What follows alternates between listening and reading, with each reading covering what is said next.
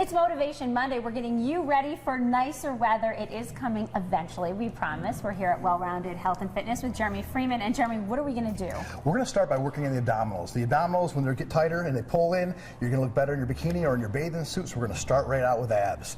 We're going to have you do a leg raise off of a bench. Okay, a lot of people when they do abdominals are trying to contract their abs by doing crunches or sit-ups. This right here will help lengthen your abdominal wall and pull it in. So you're going to hold on by your ears and come down nice and slow and controlled all the way down to the floor, pushing your heels out away from you. Okay, nice and slow. You'll feel that pulling. You'll feel it pulling from top to the bottom, the whole abdominal wall. I'll bring it right back up again. Wow. And then come down nice and slow. That right there. This is something you can do at home. You can do this at home, absolutely. And again, when you're doing that slow, controlled movement on the way down, it's going to help tighten and pull those abdominals right in and make your waist smaller, sexier, more sleek, which is exactly what we're looking for in the coming season. All right. Well, thanks so much. And for the full ab workout, you can go to freemanformula.com.